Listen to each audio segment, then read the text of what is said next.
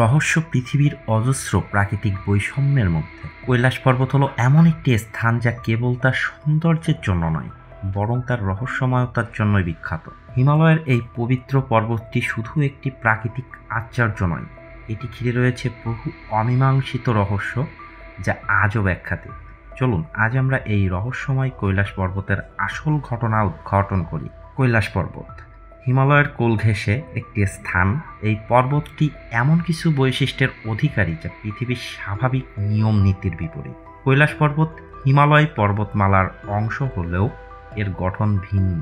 ভূতাত্ত্বিকদের মতে এটি আনুমানিক ৬৫ মিলিয়ন বছর পুরনো। এটি হিমালয়ের থেকেও পুরানো হতে পারে। কৈলাস পর্বত যা সমুদ্রপৃষ্ঠ থেকে প্রায় ২২,০০০ ফুট উচ্চতায় অবস্থিত, হিন্দু, বৌদ্ধ, জৈন এবং বন ধর্মের জন্য অত্যন্ত পবিত্র স্থান। এটি ভগবান শিবের বাসভূমি হিসেবে পরিচিত।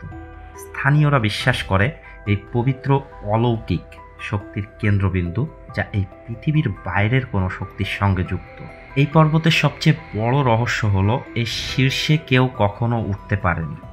যদিও অনেক পর্বতারোহী এই পর্বতের অভিযান চালানোর চেষ্টা করেছে, তারা সবাই রহস্যময়ভাবে ব্যর্থ হয়েছে।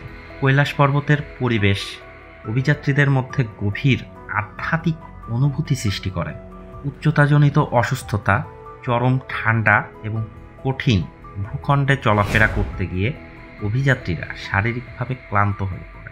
কৈলাস পর্বত ঘিরে আরেকটি রহস্যময় ঘটনা শোনা যায়, যার মধ্যে একটি হলো বার্ধক্য দ্রুত বৃদ্ধি। রাশিয়ার বিজ্ঞানী নিকোলাই রোরিক এবং তার দল কৈলাস পর্বত ও এর আশেপাশের পরিবেশ নিয়ে গবেষণা করেছেন। তারা তিব্বতের মন্দিরের ধর্মগুরুর সঙ্গে সাক্ষাৎ করে জানতে পেরেছিলেন কৈলাস পর্বতের চারদিকে একটি অলৌকিক শক্তি বয়ে চলেছে। নিকোলাই রোরিক এর মতে কৈলাস পর্বত পৃথিবীর কেন্দ্রস্থলে অবস্থিত এবং এটি অক্ষমুণ্ডী বা পৃথিবীর নাভি হিসেবে বিবেচিত হয়। তারা মনে করেন এই পর্বতের আশেপাশে একটি বিশেষ শক্তি কেন্দ্র রয়েছে, যা স্বর্গীয় মেরু এবং ভৌগোলিক মেরুর সংযোগস্থল। কৈলাস পর্বতের পবিত্র ভূমির কাছে অবস্থিত দুইটি বিখ্যাত হ্রদ, মানস সরোবর এবং রাক্ষস তাল। এই দুটি হ্রদ তাদের প্রাকৃতিক সৌন্দর্যের জন্য যেমন বিখ্যাত, তেমনি রহস্যময় বৈশিষ্ট্যের জন্য উল্লেখযোগ্য। এগুলোকে ধর্মীয় বিশ্বাস এবং অলৌকিক ঘটনার কেন্দ্র হিসেবে বিবেচনা করা হয়। মানস সরোবর হ্রদকে হিন্দু, বৌদ্ধ এবং জৈন ধর্মের পবিত্র স্থান হিসেবে গণ্য করা হয়। হিন্দু ধর্মমতে এটি ব্রহ্মার মানসপুত্র এবং ভগবান শিবের ধ্যানের স্থান। তীর্থযাত্রীরা বিশ্বাস করেন এই হ্রদের পবিত্র জলে স্নান করলে তাদের সমস্ত পাপ ধুয়ে যায় এবং আত্মা পবিত্র হয়। মানস সরোবর বিশ্বের সবচেয়ে স্বচ্ছ এবং পরিষ্কার হ্রদগুলোর মধ্যে একটি।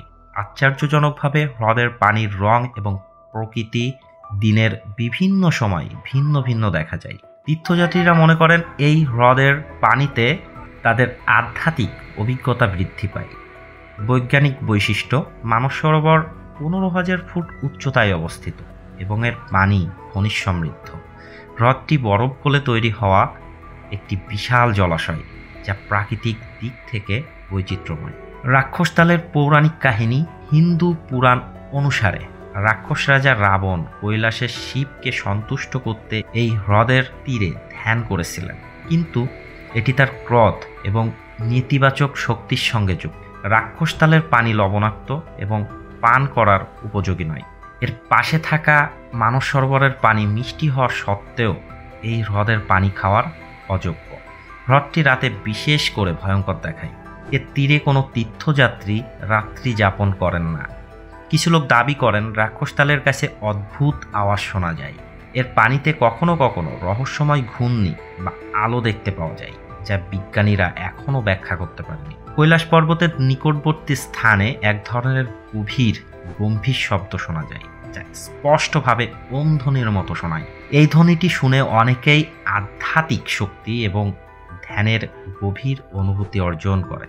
হিন্দু ধর্মমতে ওম শব্দটি সৃষ্টির মূল ধ্বনি এবং এটি মহাশক্তির প্রতীক। কৈলাস পর্বত ভগবান শিবের বাসভূমি হওয়ায় এই ধ্বনিকে শিবের উপস্থিতির প্রমাণ হিসেবে ধরা হয়। বৌদ্ধ ধর্মেও ওম ধ্বনিকে আধ্যাত্মিকতার সঙ্গে জড়িত বলে মনে করা হয়। এটি ব্রহ্মাণ্ডের শক্তির প্রতীক হিসেবে ধরা হয়। বিজ্ঞানীরা এই ধরনের ধ্বনির সম্ভাব্য কারণ হিসেবে প্রাকৃতিক উপাদানগুলোর ভূমিকা বিবেচনা করে।